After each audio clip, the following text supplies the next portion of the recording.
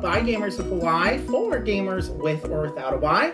I have a special Kickstarter preview video for you today. This campaign will be ending in a couple of days, but I thought it was a really cool one and I really wanted to highlight it. This is for a little solo-only game called RoadKill by A.R. Curry. This is part of his Deadverse line of games that he is launching as part of this Kickstarter. So this is a little solo-only game that is a 2-card game with some dice and a couple of pennies. So I will link to the Kickstarter campaign in the description. You can get this baby for all of $1. And he also has links of where you can buy his Deadverse game, which is also a solo-only game that is a little bit more meaty than this. But I think this is a really fun little game, so we're going to get down into our teach and playthrough of this. So this is what the game looks like set up. This is a print and play. So you will receive a 1-page PDF of these 4 cards, and 2 of the cards are basically the how to play, and the other 2 cards are basically, this is like your board, your little butcher of evil murder van that has ran over many an animal in your time. Bobby Butcher is not a good guy. All the roadkill he's ever hit with his van has come to life, and they are pissed. Bobby's just trying to get to Michigan, though, and he's got 6 gallons of fuel to make it there before the gasoline and his luck runs out. But clearly his bad karma isn't running out anytime soon. So this is obviously a darkly humorous kind of game. It has this really cool kind of like 90s zine art. Kind of reminds me a little bit of that show, Super Jail. You know, glibly murderous aesthetic. So if you're into such things. If you're not, there is a blood-free version of this. But I find if you're not into the theme, the gameplay is still quite fun. So this game's all about dice mitigation. But let's go over kind of how this is set up so you understand the different areas of this, because it's very compact. Oh, there's a bunny in a crate. His eyes are red. He's ready for blood. And the turtle, I just love the turtle is there and he's so pissed. So you have different die. So you're going to need obviously some extra components here. You need 7 die and 2 pennies. So I love that the pennies are the wheels and they fit oh so perfectly there. That is amazing. So on the very left, you have a spot where you will be tracking your skill points, or SP.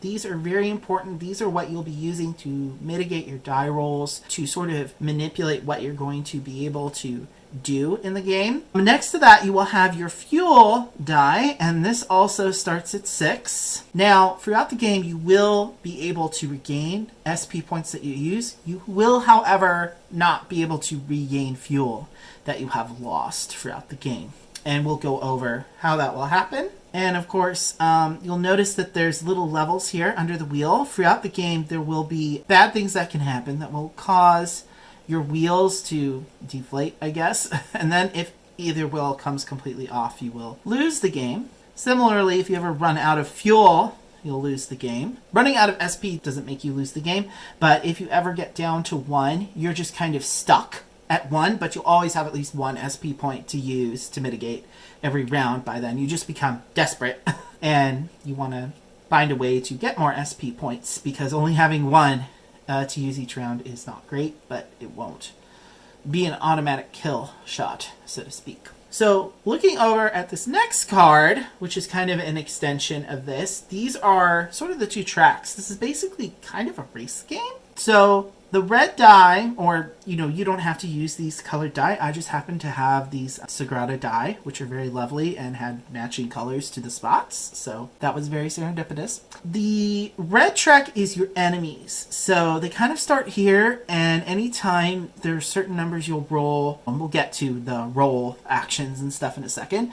But basically, the goal is you want to outrun your enemies, represented by this red track, and you want to get your blue die to the end of this track first.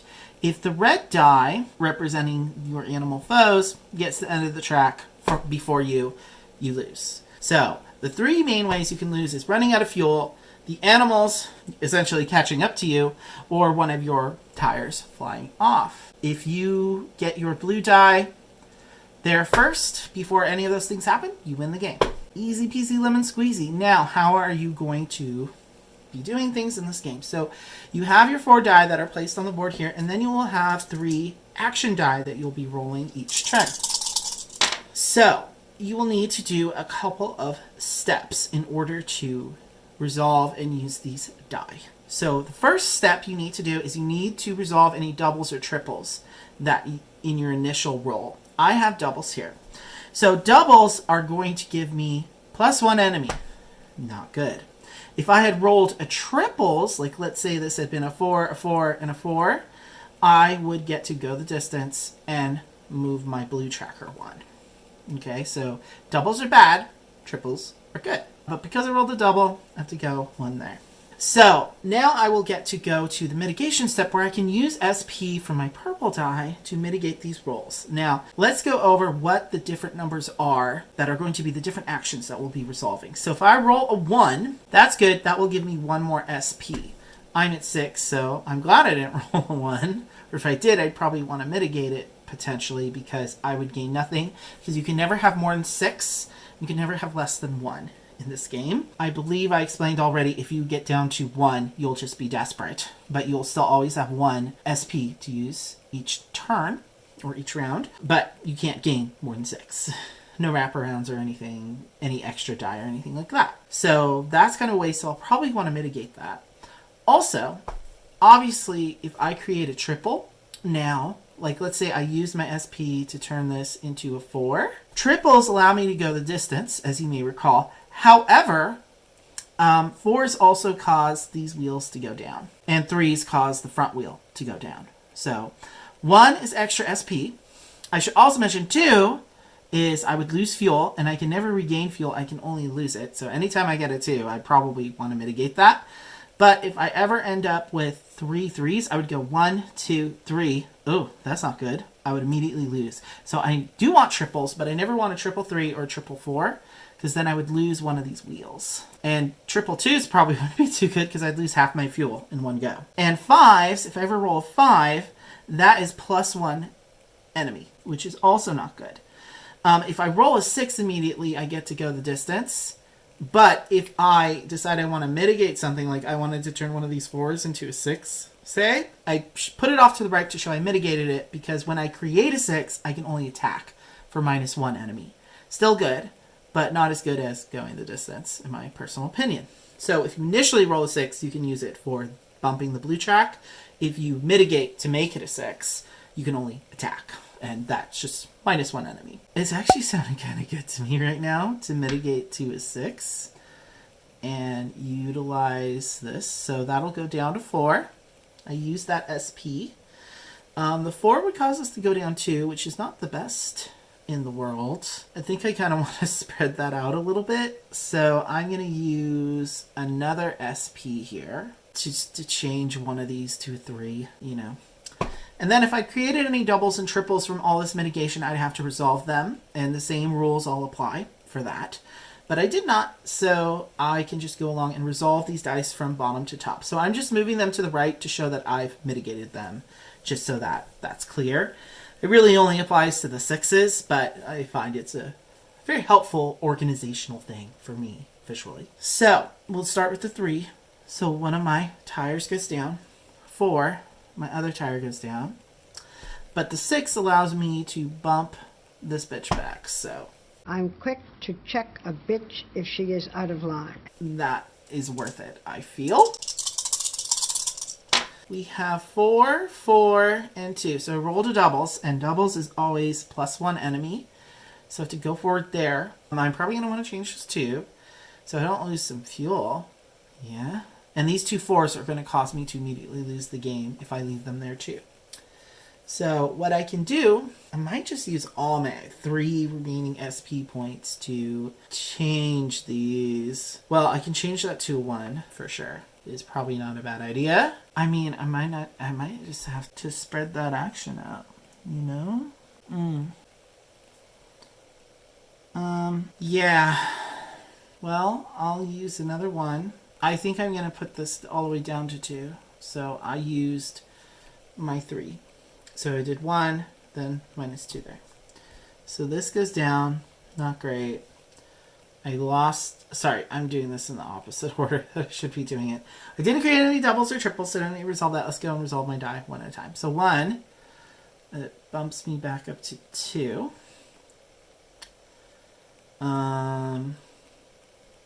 Here, I'm supposed to organize that. 1 bumps me back to 2. 2, I lose 1 fuel, but 1 is better than a lot, I guess.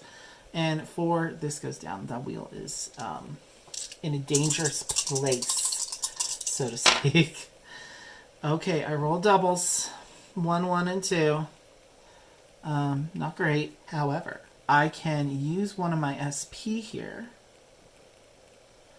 to change this to 1. And now I have triples, which now means I can go the distance. I will find my way. I can go the distance. And then I'll resolve these one at a time, but it's 3-1, so I get 3 SP from all that, which will bump me back up to 4. Okay, that was a good little recovery round. So I really want to go the distance here, though. I can go the distance. 1, 2, and 5. Well, no doubles or triples. 1's good, 2's bad, 5's bad. I do have some SP to work with here, though. And the lower numbers I want to get to 1, the higher numbers I want to get to 6. So I'm feeling I'm going to put this to 3. Boop. To change this 1 to a 1. And then I'm going to use another SP here to change this to a 6. Now, I can't use that for going the distance, but I can use it for bumping that red die back, which are these vicious creatures. So I did create a double, though, which isn't great. So that goes 1. So I'm probably just going to be tit for tat on that. But I do get 2 SP back. Okay, I'm kind of back at square one on that because I just knocked that guy back with the other 6. Okay, well, I was just mitigating it to make sure bad things didn't happen. So being at equilibrium is not necessarily bad, but I'd like to move a little more. God, another double. Okay, but I am going to move the distance here. Distance. I definitely don't want 2 3s because that'll cause that tire to go off. I could allow it to go down 1, but I'd rather not if I can avoid it. I do have 4. What if I change this? I'll use 1 SP to make this a 2. I think I'd rather lose fuel at this point. I could use 2. I'm going to put it off to the right. 2 more SP. I'm going to be down to 1.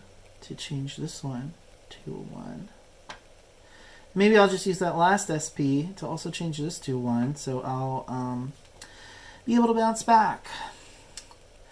So I have doubles though, so maybe I don't want to do that. Let's keep it at the 1. I still have the 1 available, and we'll keep that at a 2 and just lose some fuel. I don't want to help my enemies out anymore. So 1, I get an SP back. 2, I lose a fuel. Because I'm only losing 1 at a time, not 2 or 3. 6, I get to go the distance. So that's helpful. Inching it out, mile by mile. Oh, another double. I'm rolling so many doubles. Damn, these animals are going to get to Michigan before Christmas is even here. Okay, and that's more fuel. No. Okay, well, I gotta mitigate some of that. So let's just use our 2 that we have. Never goes below 1, as I said, in case you guys are wondering what shenanigans I'm pulling here. It's in the rules. So just, oh, I don't want double though. I think I'm gonna have to lose another fuel. I mean, I have a feeling I'm either gonna win or lose post haste. That's gonna let the enemy go forward 1 though. Now why don't we just use that to make that a 6? So I unmitigated that, right? Because I did -1 here, +1 here, and I undid that thing there. So I just used the 2 that I had. So now we resolve it. So we are going to gain 1 SP back, but then I have to lose a fuel. I'm at a half tank, not great. And this was a mitigated 6, so I can only send them back 1, but it's better than nothing. Another double. I'm in trouble. 4, I'm also in trouble there. Well, and if I get down to 1, that's considered to be the bottom of the barrel there. So, I have some choices here. Choices. I'm gonna have to turn one of these into 3. I don't see many choices on that one. And I have 1 SP left. I can't let that go off, so I have to turn it into 5. Because if I turn it into 4, or 3, that'll go off because I already have 2 there. So, okay, I didn't make any more doubles. Thank God. I do have to lose a fuel. This tire goes down, and those animals are just going to get there. Okay, don't roll doubles, otherwise I will immediately lose. I lost. Immediately lost, but just so you know, I would have had 2 6 and I could have gone 2, but nope, not enough. Not enough. Yeah, that's RoadKill. So that was RoadKill. This is a fun little solo game. It's hard, as you can see. I've won it once. I was really hoping I could win it for the playthrough, but alas, such was not to be. This is really good if you like dice rolling and dice mitigation and a tight little race game. This is a really cool one for only $1. This Kickstarter is still live. It's going to be ending on Friday. It does also come with a couple other mini games. These are stretch goals that have been unlocked. So one of them is another mini game / expansion to this. I guess you can play it as kind of a side thing.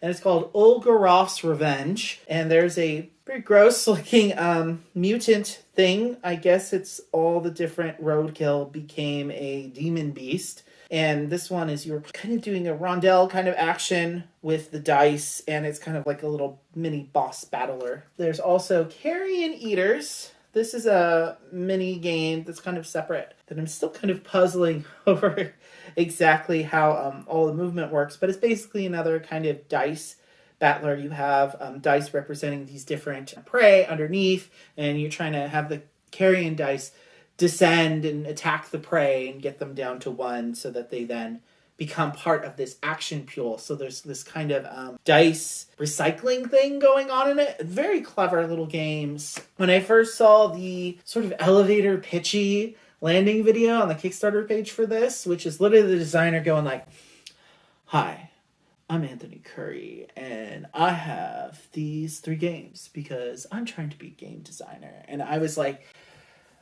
you had me at Anthony. Just very earnest and genuine, and he seems like a really nice guy. And he's a children's storybook illustrator, so obviously he's trying to go in a different artistic direction. These games are really solid mechanically, and I'm interested now in trying his Dead End. It's still kind of a small box game, but it's sort of the meteor version of this that sort of fits into this whole sort of storyline that he has involving Bobby the Butcher. And that one is also kind of a dice rolling battler trying to fight off enemies, which is not usually my style of game, but these are very puzzly, and I like the use of dice in these. Is very, very clever. So I'll link to the Kickstarter campaign down below. Definitely check it out. I mean, for $1, can't go wrong. So this has been Get Gaming. I'm Andy, and remember to always be gay to crime, like Bobby the Butcher. Don't get caught by those zombie animals, and always get gay men.